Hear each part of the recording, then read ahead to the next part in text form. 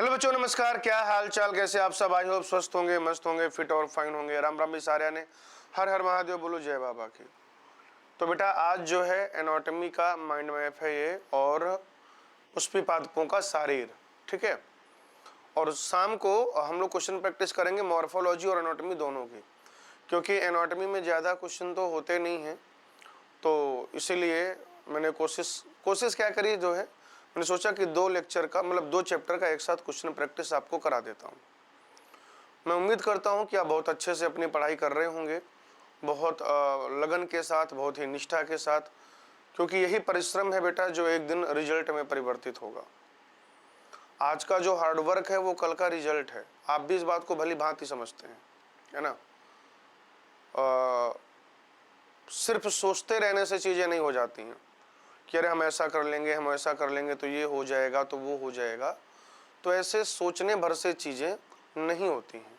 अगर आपको सफलता प्राप्त करनी है तो सोचने के साथ साथ जो आप सोच रहे हैं उसको क्रियान्वित भी करना होगा, है ना। आपको एनसीईआरटी पढ़नी होगी, साल भर आपने पढ़ा है तो आपको माइंड मैप्स रिवाइज करना होगा, क्वेश्चन प्रैक्टिस करनी होगी, टेस्ट देने होंगे। तो ये सारे काम बच्चों आपको करने होंगे, ठीक है ना। चलिए ए बेटा शुरू करते हैं। इस चैप्टर में पहले तो बहुत सारी चीज़ें थीं, अब उतनी सारी चीज़ें हैं नहीं। जैसे अब उन्होंने आपको ऊतक नहीं पढ़ाया है, मेरिस्टेम या परमानेंट टिश्यू, वो नहीं पढ़ाया है नई एनसीईआरटी में ना। या जो सेकेंडरी ग्रोथ वाला पार्ट था वो भी नहीं पढ़ाया है। आपको सिर्फ 2 चीज़ें पढ़ाई गई हैं, एक तो ऊतक तंत्र और फिर dicot, monocot, root stem leaf की एनाटॉमी। तो बेटा प्लांट में मुख्यतः 3 तरीके का ऊतक तंत्र होता है।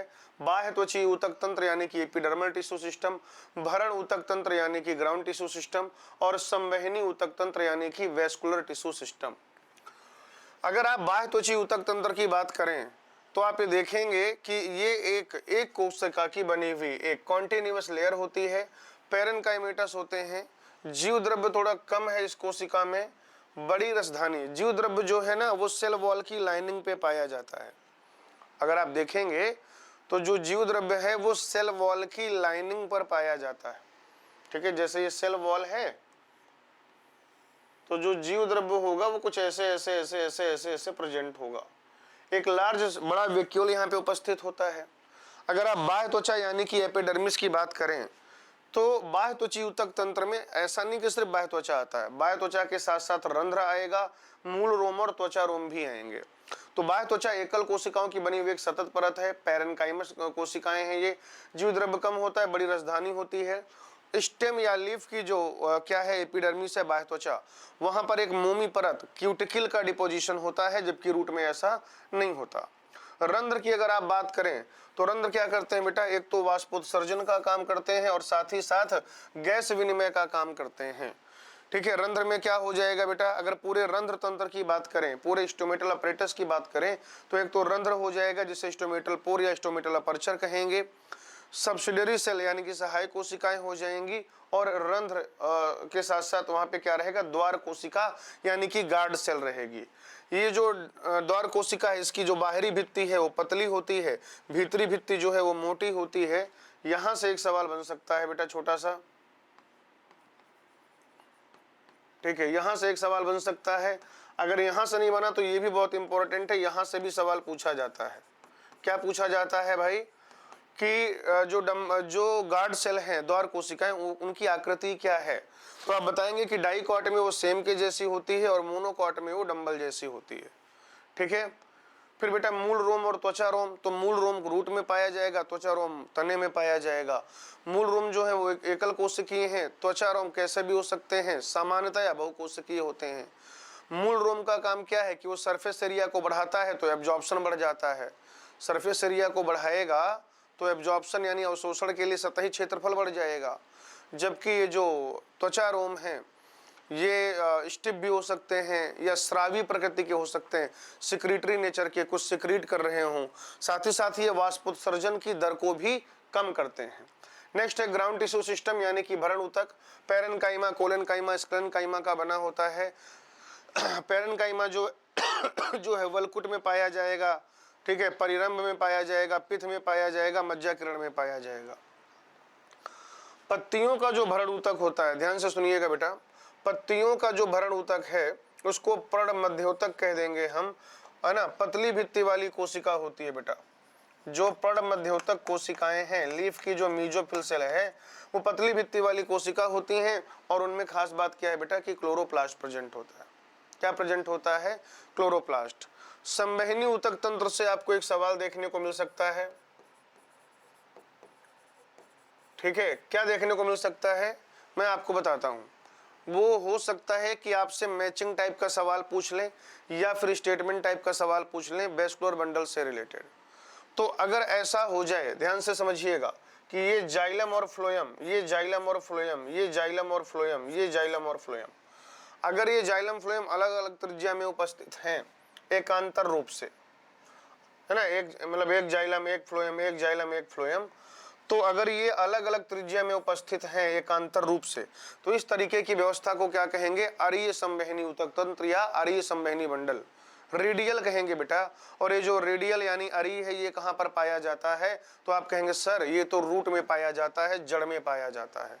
लेकिन अगर ये दोनों एक सीध में पाए जाएं, ठीक है ना, और एक साथ उपस्थित रहें, तो इसको कह दिया जाएगा संयुक्त। तना और पत्ती में संयुक्त संवहन मंडल पाए जाते हैं, ठीक है। फिर संयुक्त में भी क्या है कि बीच में कैम्बियम है कि नहीं। एक चीज याद रखिएगा, संयुक्त में अंदर की ओर जाइलम, बाहर की ओर फ्लोएम, अंदर की ओर जाइलम, बाहर की ओर फ्लोएम। अगर जाइलम और फ्लोएम के बीच में कैम्बियम प्रेजेंट है, क्या प्रेजेंट है बेटा? कैम्बियम, एधा।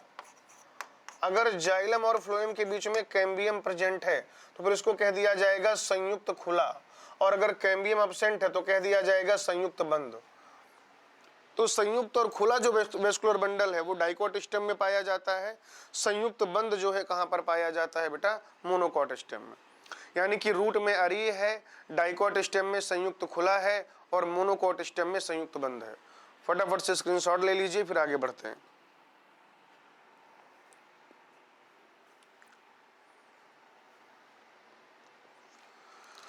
चलो बच्चों, अब हम लोग जब एनाटॉमी की बात करेंगे, देखो जब एनाटॉमी की बात करते हैं तो मैं आपको एक चीज बता दूं कि सबसे बाहर तो क्या हो जाएगा? बाह्य त्वचा हो जाएगा बेटा, बाह्य त्वचा।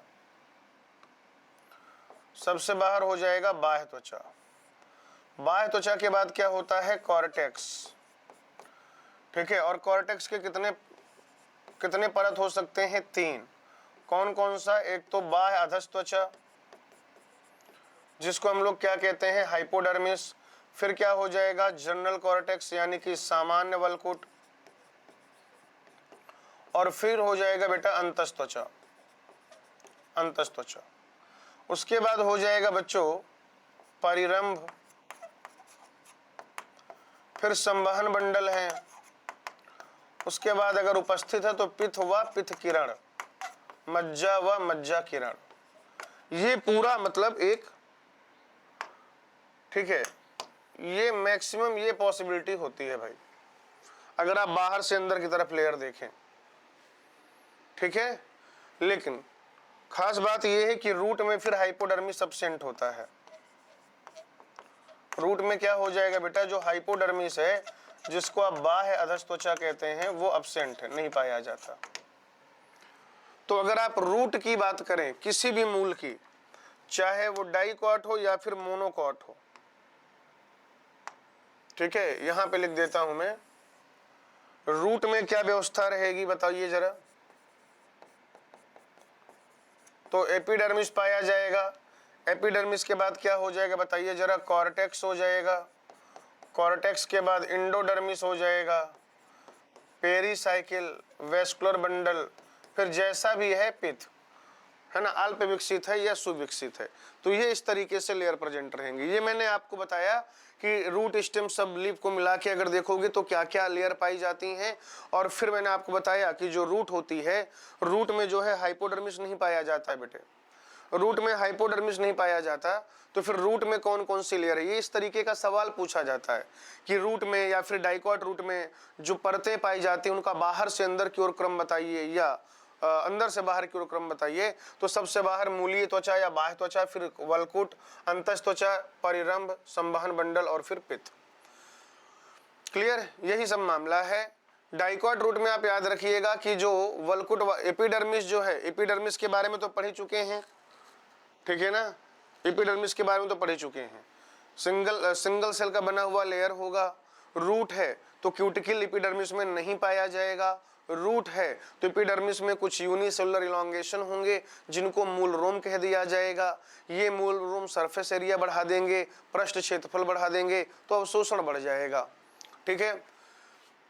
कॉर्टेक्स जो है वो पैरेन्काइमी कोशिकाओं से बना होगा, पतली भित्ति वाली। अंतस्थ त्वचा की अगर आप बात करें एंडोडर्मिस की, एकल कोष्ठ की लेयर है, सुबेरिन का डिपोजिशन है, कैस्पेरियन स्ट्रिप है ना, कैस्पर पट्टी उपस्थित होती है। ये जो लेयर है कैस्पर पट्टी या सुबेरिन, ये बेटा आप कहेंगे कि जल के लिए अपारगम्य है।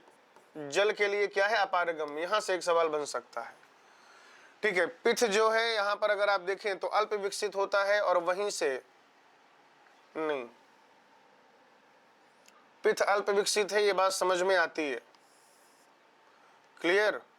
लेकिन जो परिरंभ होता है, परिरंभ से क्या एराइज होता है बेटा? पार्श्वी मूल, और साथ ही साथ अगर आप देखें तो संवहन एधा, है ना। पिथ अल्प विकसित है यहां पर, लेकिन जो पार्श्वी मूल है वो पार्श्वी मूल कहां से एराइज होगा? परिरंभ से।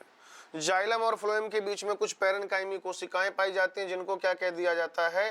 कंजक्टिव ऊतक कह दिया जाता है बेटा, कंजक्टिव टिश्यू। संवहन मंडल अभी मैंने आपको बताया अरी है, 2 से 6 जाइलम और फ्लोएम खंड पाए जाते हैं। बाह्य आदिदारुक व्यवस्था होती है। देखिए संवहन मंडल पे तो सवाल आएगा ही आएगा इस बार, जितनी सारी संवहन मंडल की चीजें हैं उनसे रिलेटेड एक सवाल आएगा। रूट में बाह्य आदिदारुक व्यवस्था होती है, चाहे वो मोनोकॉट रूट हो चाहे डाइकॉट रूट हो, ये आप याद रखिएगा, बाह्य आदिदारुक व्यवस्था होती है। बाह्य आदिदारुक का क्या मतलब है कि प्रोटोजाइलम बाहर अर्थात परिरंभ की ओर होगा, और जो मेटाजाइलम है वो अंदर अर्थात पित्त की ओर होगा। ये अपने को याद में रखना है। अंतस्थ त्वचा के अंदर के सारे ऊतक यानी कि परिरंभ, संवहन ऊतक और पित्त मिलकर क्या बनाते हैं? रंभ बनाते हैं, स्टील का फॉर्मेशन करते हैं, ठीक है।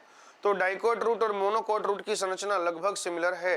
अंतर कहां पर आएगा? तो अंतर आएगा बेटा, बस वही 3 चीजें याद रखनी है कि संवहन मंडल यहाँ 6 से अधिक हो सकते हैं, खास बात 6 से अधिक हो सकते हैं मोनोकॉट में। डाइकॉट में 2 से 6 तक हो सकते हैं, 2 3 4 5 6, लेकिन अगर वहां देखिएगा तो 6 से अधिक है। दूसरा, पिथ जो है बड़ी और विकसित होती है, और मोनोकॉट रूट में सेकेंडरी ग्रोथ नहीं होती है।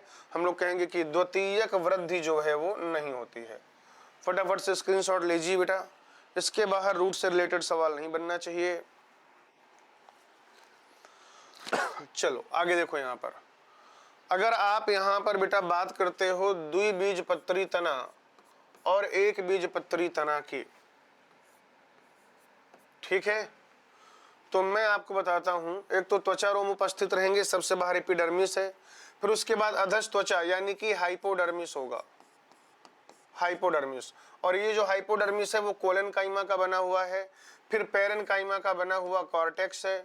उसके बाद जो इंडोडर्मिस है वहां पे बेटा स्टार्च का डिपोजिशन हो जाता है। डाइकॉट स्टेम की बात कर रहे हैं। इंडोडर्मिस जो है, इंडोडर्मिस, ये याद रखिएगा, यहां पर पिथ और बड़ी और विकसित होती है। मोनोकॉट रूट में बड़ी और विकसित पिथ पाई जाती है, जबकि डाइकॉट रूट में अल्प विकसित पिथ पाई जाती है। तो द्विबीजपत्री तना है, एपिडर्मिस में हेयर प्रेजेंट रहेंगे, अधस्थ त्वचा कोलेनकाइमा का बना है, कॉर्टेक्स पेरेन्काइमा का बना है, इंडोडर्मिस में स्टार्च का डिपोजिशन है, स्टार्च आच्छाद्य कह देंगे, मज्जा और मज्जा किरण उपस्थित है।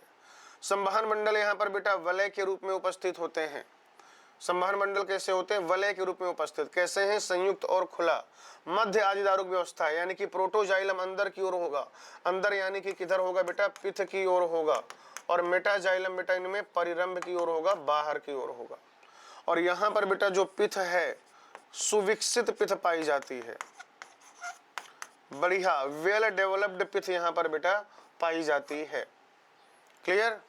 चलिए एक बीजपत्री तना की बात करेंगे तो जो रोम है सामान्यतः अनुपस्थित होंगे। अधस्थ त्वचा जो है हाइपोडर्मिस स्क्लेरेन्काइमा का बना हुआ है।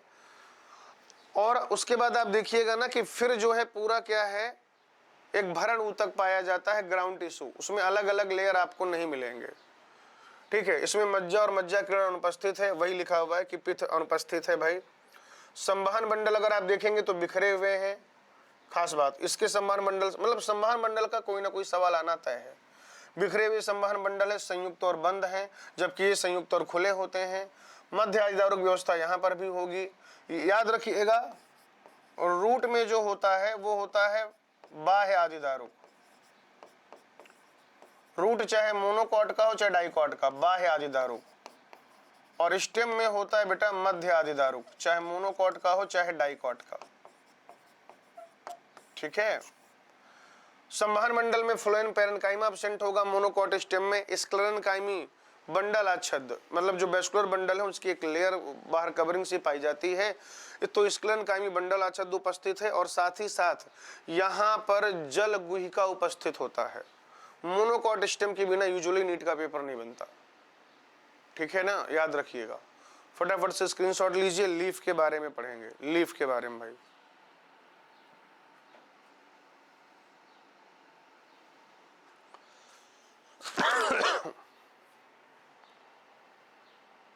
चलिए बच्चों, पृष्ठाधार पत्ती जो है ये, और ये क्या है बेटा, समद्विपार्श्व पत्ती।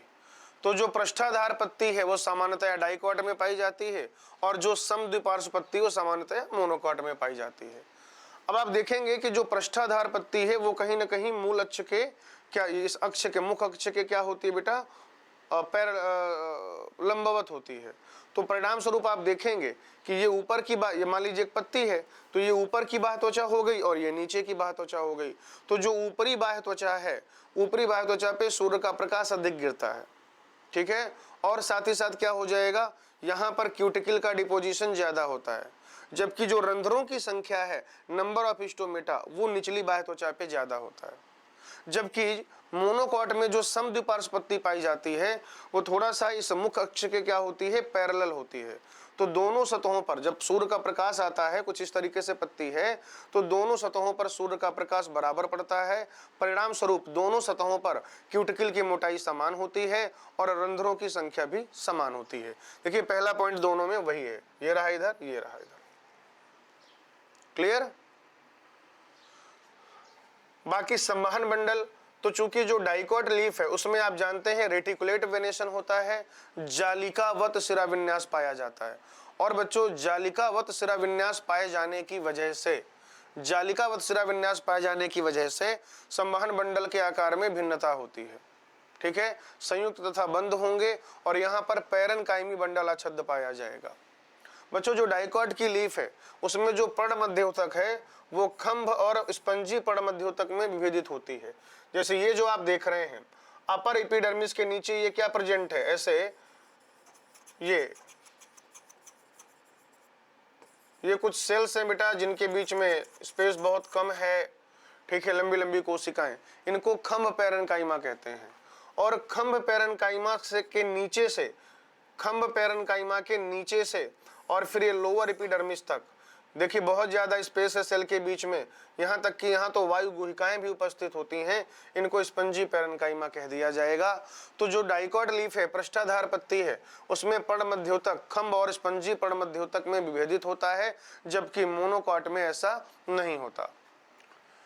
ठीक है, संवहन मंडल की बात करेंगे बेटा, तो आकार में ये सब क्या होते हैं, लगभग समान होते हैं। भाई जो मुख्य सिरा वाले हैं वो थोड़ा बड़े होंगे, ये मुख्य सिरा वाले, बाकी ये सब क्या है, एक समान होंगे, क्योंकि यहाँ पर पैरेलल वेनेशन होता है, समानांतर सिरा विन्यास होता है, संयुक्त और बंद होते हैं, पैरेन्काइमी बंडल आच्छादित पाया जाता है। एक और चीज याद रखिएगा, आवर्ध तवक कोशिका। मोनोकॉट में क्या पाया जाता है बेटा, आवर्ध तवक कोशिका पाया जाता है। और ये जो आवर्ध तवक कोशिका है किधर उपस्थित होता है, तो आप कहेंगे कि अपर एपिडर्मिस की ओर प्रेजेंट होता है। ठीक है, किधर, अपर एपिडर्मिस, अपर एपिडर्मिस। और जो है किसमें पाया जाता है, तो आप कहेंगे कि मोनोकॉट या ग्रास वगैरह में पाया जाता है, घास वगैरह में पाया जाता है। कैसी कोशिकाएं होती हैं, बड़ी होती हैं बेटा, है ना, रंगहीन और खाली। तो ये जो ऐसी कोशिकाएं हैं इनको हम आवर्ध तवक कोशिकाएं कहते हैं। जब जल की मात्रा ठीक होती है तो ये क्या है बेटा, ऐसे फैली हुई रहती हैं। ठीक है, और जब जल की मात्रा कम हो जाती है तो फिर ये ऐसे कर्ल कराती हैं लीफ को ये इस तरीके से, ताकि सरफेस एरिया कम हो जाए। अभी देखिए सरफेस एरिया ज़्यादा है तो वाष्पोत्सर्जन ज़्यादा होगा, जब ऐसे कर्ल हो जाएंगी तो वाष्पोत्सर्जन कम होगा, और वाष्पोत्सर्जन कम होगा तो आप जानते हैं कि जल की हानि बच जाएगी, यानी जल की हानि जो है कम से कम होगी। ठीक है भाई, चलिए तो हंसते रहिए, मुस्कुराते रहिए, पढ़ते रहिए, लिखते रहिए, लेक्चर रिवाइज करते रहिए, डीपीपी सॉल्व करते रहिए, एनसीईआरटी रीडिंग करते रहिए। आपका ध्यान अपने लक्ष्य पर बनाए रखिए और हमेशा ध्यान रखिए जब तक फोड़ेंगे नहीं तब तक छोड़ेंगे नहीं। आज की कथा यहीं तक, आगे I will take it on next class. Thank you, धन्यवाद, भारत माता की जय।